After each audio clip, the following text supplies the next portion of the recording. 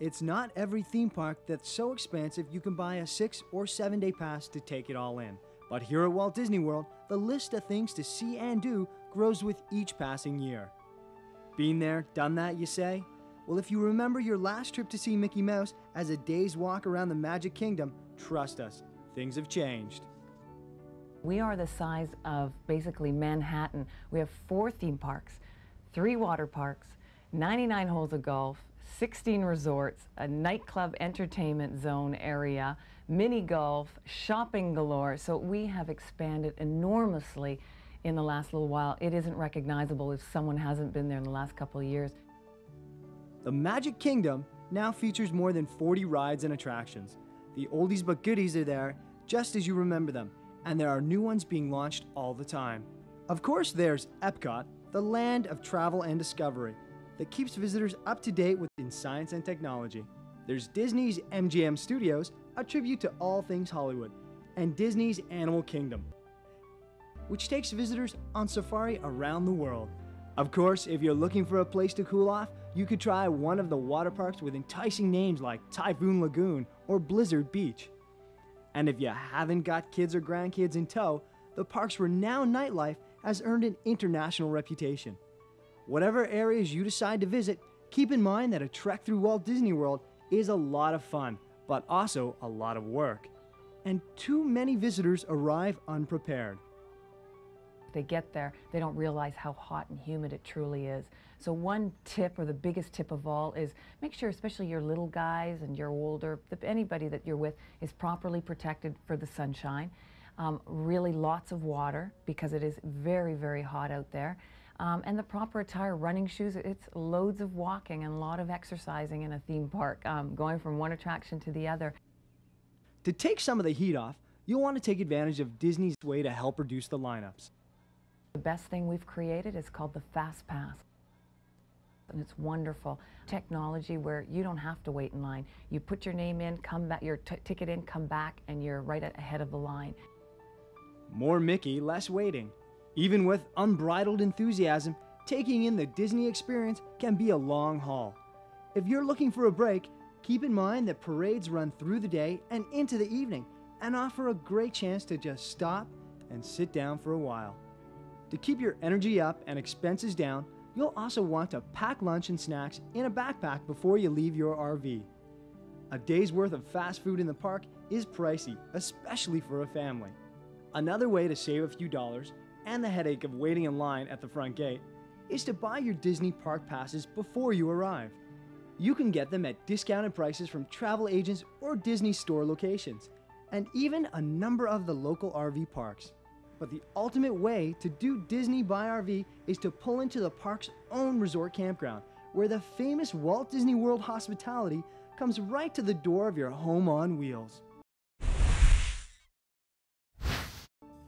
Pulling into Walt Disney World's Fort Wilderness Resort, it doesn't take long to realize that this is no ordinary campground.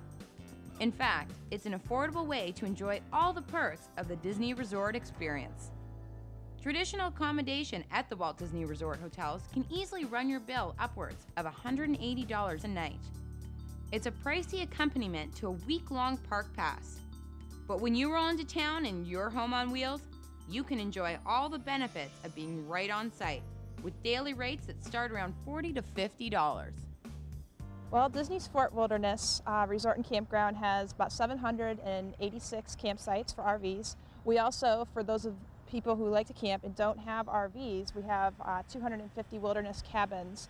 They're really rustic, one-bedroom apartments that just have a lot of room in them, decks, and they're themed in with our resort. In addition, we have the Tri-Circle D Ranch. We have a petting farm. We have many recreational opportunities, about every sport there is, basketball, volleyball.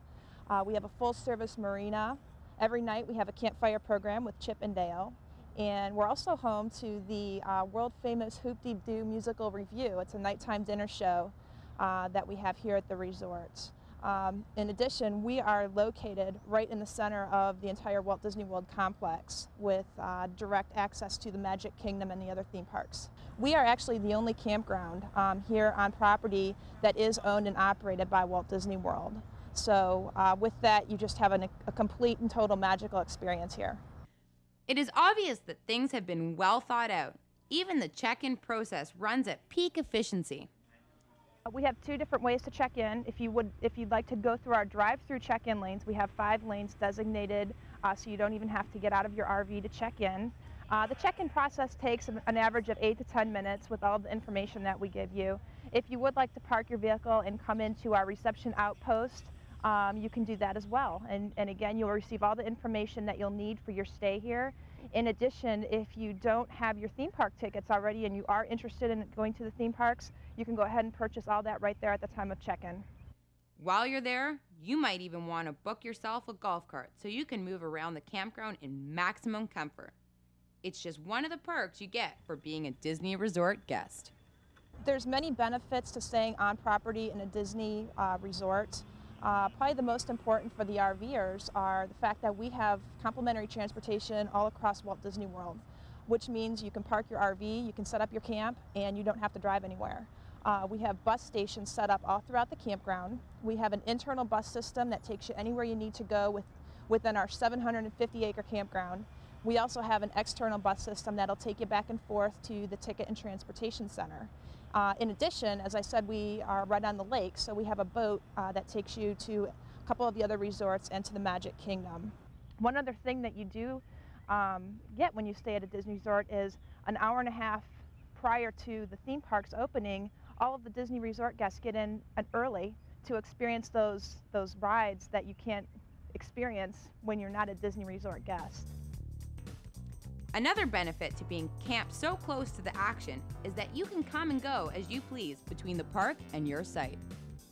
If you're traveling with small kids or grandkids, the opportunity to catch an afternoon nap can make or break the touring experience. But time at the campground doesn't have to be downtime. There are plenty of paddle boats and canoes to rent, or you can take advantage of the fishing opportunities in the stocked bass pond.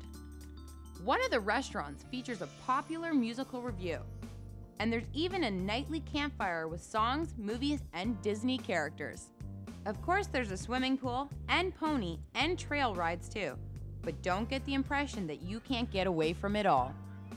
The Fort Wilderness atmosphere is something our crew described as rustic convenience.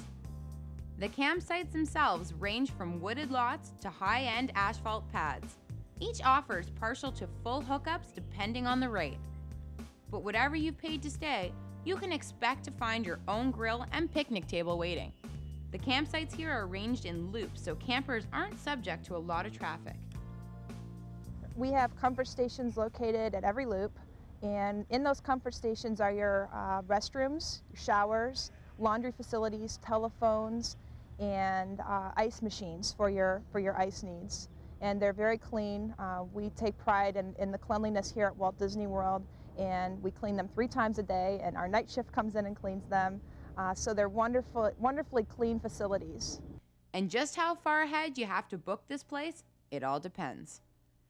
Depending on what time of year you're looking to come down and plan your vacation, we would suggest planning about a year in advance, especially if you're coming at a time of year when the children are out of school.